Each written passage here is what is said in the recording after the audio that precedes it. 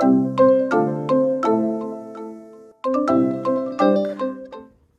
we are Sam and Emily. Sam and Emily. We have two puppies with us. So if you hear chewing, squeaking, barking, or anything like that in the background, we apologize for that in advance. But today we are going to be reading Exodus 21 through 25. All right. This is the NIV translation. I'll start with Exodus 21. All right. These are the laws you are to set before them. If you buy a Hebrew servant, he is to serve you for 6 years, but in the 7th year he shall go free without paying anything. If he comes alone, he is to go free alone, but if he has a wife when he comes, she is to go with him. If his master gives him a wife, and she bears him sons or daughters, the woman and her children shall belong to her master, and only the man shall go free. But if the servant declares, I love my master and my wife and children, and do not want to go free, then his master must take him before the judges. He shall take him to the door or the doorpost, and pierce his ear with an awl. A-W-L? An awl. That's what you pierce your ear with. An awl. Then he will be his servant for life. If a man sells his daughter as a servant, she is not to go free as male servants do. If she does not please the master who has selected her for himself, he must let her be redeemed. He has no right to sell her to foreigners because he has broken faith with her. If he selects her for his son, he must grant her the rights of a daughter. If he marries another woman, he must not deprive the first one of her food, clothing, and marital rights. If he does not provide her with these 3 things, she is to go free without any payment of money. Anyone who strikes a person with a fatal blow is to be put to death. However, if it is not done intentionally, but God lets it happen, they are to flee to a place I will designate. But if anyone schemes and kills someone deliberately, that person is to be taken from my altar and put to death. Anyone who attacks their father or mother is to be put to death.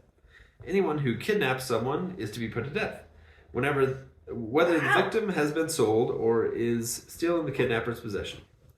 Anyone who... Good thing they did this after Joseph and his brothers. Yeah, I just literally just thought of that. Yep. Check out Genesis chapter, maybe... Insert chapter. Insert chapter. 30s? 15. Yeah. Sorry. Anyone who curses their father or mother is to be put to death. If people quarrel and one person hits another with a stone or with their fist, and the victim does not die, but is confined to bed, the one who struck the blow will not be held liable if the other can get up and walk around outside with a staff. However, the guilty party must pay the injured person for any loss of time and see that the victim is completely healed. Anyone who beats their male or female slave with a rod must be punished if the slave dies as a direct result. But they are not to be punished if the slave recovers after a day or two, since the slave is their property.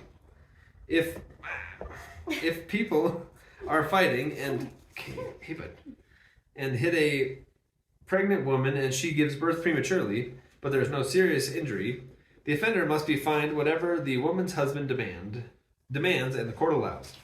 But if there is serious injury, you are to take life for life, eye for eye, tooth for tooth, hand for hand, foot for foot, burn for burn, wound for wound, bruise for bruise. An owner who hits a male or female slave in the eye and destroys it must let the slave... destroys it being the eye. Excuse me. Must let the slave go free to compensate for the eye. And an owner who knocks out the tooth of a male or female slave must let the slave go free to compensate for the tooth. If a bull gores a man or a woman to death, the bull is to be stoned to death. And its meat must not be eaten. But the owner of the bull will not be held responsible. If, however, the bull has had the habit of goring and the owner has been warned but has not kept it penned up and it kills a man or woman, the bull is to be stoned and its owner also is to be put to death. However, if payment is demanded, the owner may redeem his life by the payment of whatever is demanded. This law also applies if the bull gores a son or daughter. If the bull gores a male or female slave, the owner must pay 30 shekels of silver to the master of the slave, and the bull is to be stoned to death. If anyone uncovers a pit or digs one and fails to cover it, and an ox or donkey falls into it, the one who opened the pit must pay the owner for the loss and take the dead animal in exchange. If anyone's bull injures someone else's bull and it dies, the two parties are to sell the live one and divide both the money and the dead animal equally. However, if it was known that the bull had a habit of goring, yet the owner did not keep it penned up, the owner must pay animal for animal and take the dead animal in exchange. Chapter 22. Whoever steals an ox or a sheep and slaughters it or sells it must pay back 5 head of cattle for the ox and 4 sheep for the sheep. If a thief is caught breaking in at night and is struck a fatal blow, the defender is not guilty of bloodshed. But if it happens after sunrise, the defender is guilty of bloodshed. Anyone who steals must certainly be restitution. Certainly make restitution. I'll make restitution. I was like, Be be restitution. Doesn't make sense. But if they have nothing, they must be sold to pay for their theft. If the stolen animal is found alive in their possession, whether ox or donkey or sheep, they must pay back double. If anyone grazes the livestock in a field or vineyard and lets them stray and their graze is in someone else's field, the offender must make restitution from the best of their own field or vineyard. Your book. If a fire breaks out and spreads into the thorn bushes, so that it burns shocks of grain or standing grain in the whole field, the one who started the fire must make restitution. If anyone gives a neighbor silver or gold for safekeeping and they are stolen, but from the neighbor's house, the thief, if caught, must pay back double. But if the thief is not found, the owner of the house must appear before the judges, and they must determine whether the owner of the house has laid hands on the person's property. In all cases of illegal possession of an ox, a donkey, or sheep, a garment, or any other lost property about which somebody says, "This is mine," both parties are to bring their cases before the judges. The one whom the judges declare guilty must pay back double to the other. If anyone gives a donkey, an ox, a sheep, or any other animal to their neighbors for safekeeping, and it dies, or is injured, or is taken away while no one is looking, the issue between them will be settled by the taking of an oath before the Lord that the neighbor did not lay hands on the other person's property. The owner is to accept this, and no restitution is required. But if the animal was stolen from the neighbor, restitution must be made to the owner. If it was torn to pieces by a wild animal, the neighbor shall bring the remains as evidence and shall not be required to pay for the torn animal. If anyone borrows an animal from their neighbor and it is injured or dies while the owner is not present, they must make restitution. But if the owner is with the animal, the borrower will not have to pay. If the animal was hired, the money paid for the hire covers the loss. If a man seduces a virgin, well, that escalated quickly, who is not pledged to be married to and sleeps with her, he must pay the bride price, and she shall be his wife. If her father absolutely refuses to give her to him, he must still pay the bride price for virgins. Do not allow a sorcerer to live. Sorceress. Do not allow sorcerers to live. Or also a sorcerer. Anyone who has sexual relations with an animal is to be put to death. Whoever sacrifices to any god other than the Lord must be destroyed. Do not mistreat or oppress a foreigner, for you were foreigners in Egypt. Do not take advantage of the widow or the fatherless. If you do, and they cry out to me, I will certainly hear their cry. My anger will be aroused, and I will kill you with the sword. Your wives will become widows, and your children fatherless. If you lend money to one of my people among you who is needy, do not treat it like a business deal. Charge no interest. If you take your neighbor's cloak as a pledge, return it by sunset, because the cloak is the only covering your neighbor has. What else can they sleep in? When they cry out to me, I will hear, for I am compassionate. Do not blaspheme God or curse the ruler of your people. Do not hold back offerings from your granaries or your vats. You must give me the firstborn of your sons. Do the same with your cattle and your sheep. Let them stay with their mothers for 7 days, but give them to me on the 8th day. You are to be my holy people. Do not eat the meat of an animal torn by wild beasts. Throw it to the dog. All right. What you looking at? I was just reading about the firstborn thing on my side note. Right. Chapter 23. She reads about the sad notes. 23. Does it make any? Huh? Does it have any stuff for sharing? No? Nah. Okay. Alright, 23. Mine says laws of justice and mercy. Do not spread false reports. Do not help a guilty person by being a malicious witness. Do not follow the crowd in doing wrong. When you give testimony in a lawsuit, do not pervert justice by siding with the crowd, and do not show favoritism to a poor person in a lawsuit. If you come across your enemy's ox or donkey wandering off, be sure to return it. If you see the donkey or someone who hates you fallen down under its load, do not leave it there. Be sure to help them with it.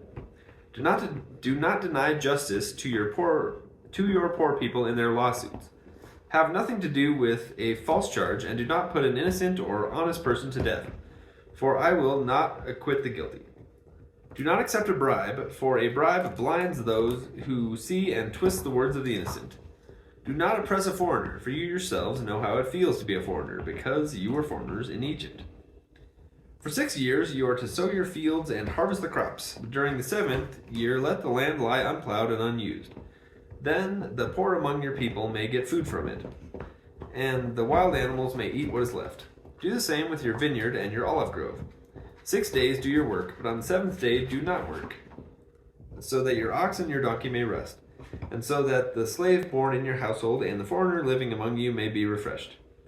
Be careful to do everything I have said to you. Do not invoke the names of other gods. Do not let them be heard on your lips. 3 times a year you are to celebrate a festival to me. Celebrate the festival of unleavened bread. For 7 days eat bread made without yeast, as I commanded you. Do this at the appointed time in the month of Aviv, for in that month you came out of Egypt. No one is to appear before me empty-handed. Celebrate the festival of harvest with the first fruits of the crops you sow in your field. Celebrate the festival of ingathering at the end of the year, when you gather in your crops from the field. There you go. Celebrate the festival of ingathering, gathering crops from the field. 3 times a year, all the men are to appear before the sovereign Lord. Do not offer the blood of a sacrifice to me, along with anything containing yeast. The fat of my festival offerings must not be kept until morning. Bring the best of the first fruits of your soil to the house of the Lord your God. Do not cook a young goat in its mother's milk. Ew. What it says don't do. The problems we don't have to deal with today in modern America. See, I am sending an angel ahead of you to guard you along the way and to bring you to the place I have prepared. Pay attention to him and listen to what he says. Do not rebel against him. He will not forgive your rebellion, since my name is in him. If you listen carefully to what he says and do all that I say, if you listen carefully to what he says and do all that I say, I will be an enemy to your enemies and will oppose those who oppose you. My angel will go ahead of you and bring you into the land of the Amorites, Hittites, Perizzites, Canaanites, Hivites, and Jebusites, and I will wipe them out. Do not bow down before their their gods or worship them. You can go, bud.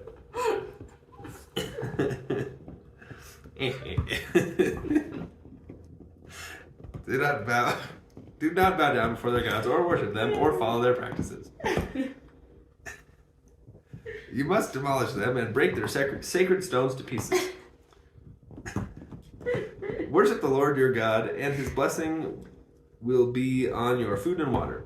I will take away sickness from among you, and none will miscarry or be barren in your land. I will give you a full lifespan. I will send my terror ahead of you and throw into confusion every nation you encounter. I will make all your enemies turn their backs and run. I will send the hornet ahead of you to drive the Hivites, Canaanites, and Hittites out of your way. But I will not drive them out in a single year, because the land would become desolate and the wild animals too numerous for you.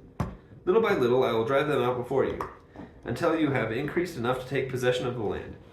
I will establish your borders from the Red Sea to the Mediterranean Sea, and from the desert to the Euphrates River. I will give into your hands the people who live in the land, and you will drive them out before you. Do not make a covenant with them or their gods. Do not let them live in your land, or they will cause you to sin against me, because the worship of their gods will certainly be a snare to you. Chapter 24. Then the Lord said to Moses, "Come up to the Lord, you and Aaron, Nadab and Abihu, and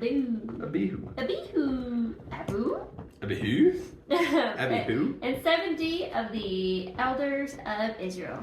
You are to worship at a distance, but Moses alone is to approach the Lord. The others must not come near, and the people may not come up with him." When Moses went and told the people all the Lord's words and laws, they responded with one voice, "Everything the Lord has said, we will do." Then Moses wrote down everything the Lord had said. He got up early the next morning and built an altar at the foot of the mountain and set up 12 stone pillars representing the 12 tribes of Israel. Then he sent young Israelite men, and they offered burnt offerings and sacrificed young bulls as fellowship offerings to the Lord. Moses took half of the blood and put it in the bowls, and the other half he splashed against the altar. Then he took the book of the covenant and read it to the people. They responded, "We will do everything the Lord has said. We will obey." Moses then took the blood, sprinkled it on the people, and said, "This is the blood of the covenant that the Lord has made with you in accordance with all these words. Moses and Aaron, Nadab and Abihu, and the 70 elders of Israel went up and saw the God of Israel. Under his feet was something like a pavement made of... Pavement? Oh my... Wow. Pavement.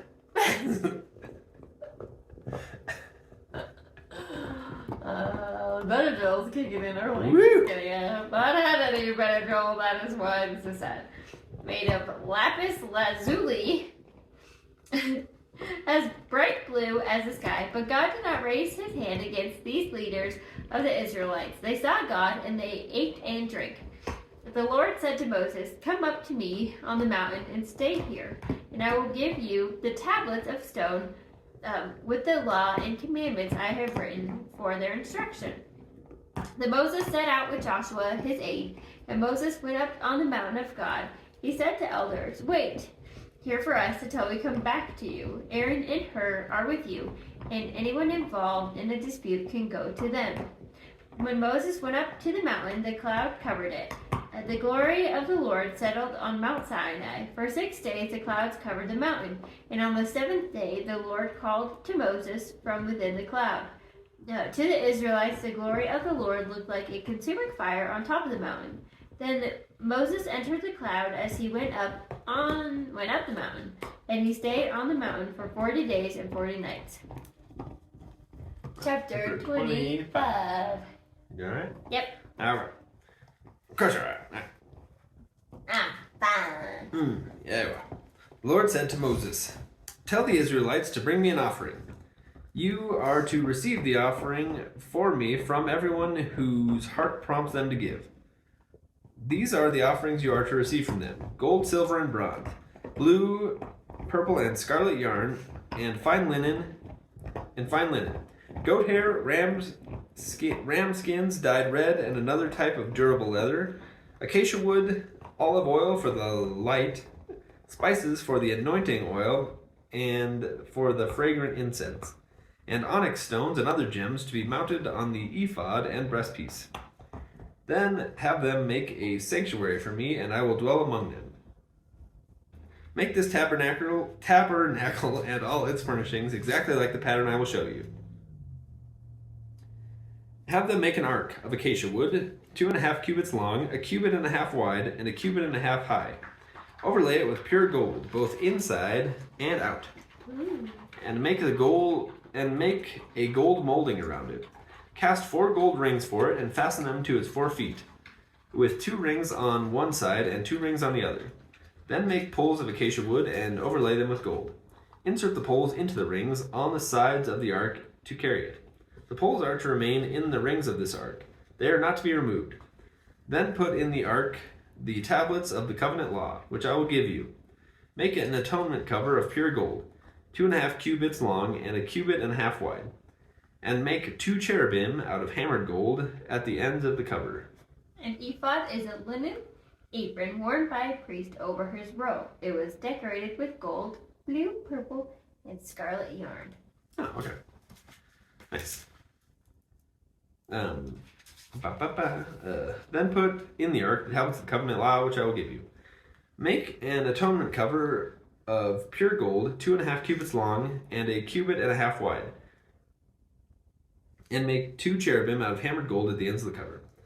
Make 1 cherub on one end and the second cherub on the other. Make the cherubim of one piece with the cover at the 2 ends. The cherubim are to have their wings spread upward, overshadowing the cover with them. The cherubim are to face each other, looking toward the cover. Place the cover on top of the ark and put in the ark the tablets of the covenant law that I will give you. There, above the cover between the 2 cherubim that are over the ark of the covenant law, I will meet with you and give you all my commands for the Israelites. Keep going. What do you do? I'm showing a picture. Right. Make a table of acacia wood, 2 cubits long, 1 cubit wide, and 1.5 cubits high. Overlay it with pure gold and make a gold molding around it. Also make around it a rim a handbreadth wide, and put a gold molding on the rim. Make 4 gold rings for the table and fasten them to the 4 corners, where the 4 legs are. The rings are to be close to the rim to hold the poles used in carrying the table. Make the poles of acacia wood, overlay them with gold, and carry the table with them. And make its plates and dishes of pure gold, as well as its pitchers and bowls for the pouring out of offerings. Put the bread of the presence on this table to be before me at all times. Make a lampstand of pure gold. Hammer out its base and shaft, and make its flower-like cups, buds, and blossoms of one piece with them. 6 branches are to extend from the sides of the lampstand, 3 on one side and 3 on the other. 3 cups shaped like almond flowers with buds and blossoms are to be on one branch, 3 on the next branch, and the same for all 6 branches extending from the lampstand. And on the lampstand there are to be 4 cups shaped like almond flowers with buds and blossoms. 1 bud shall be under the first pair of branches extending from the lampstand, a second bud under the second pair, and a third bud under the third pair, 6 branches in all. The buds and branches shall be of one piece with the lampstand, hammered out of pure gold. Then make its 7 lamps and set them up on it so that they light the space in front of it. Its wick trimmers and trays are to be of pure gold. A talent of pure gold is to be used for the lampstand and all these accessories. See that you make them according to the pattern shown you on the mountain. I would suggest Googling a picture of these, because it will give you a good visual representation. There's a lot of words to describe.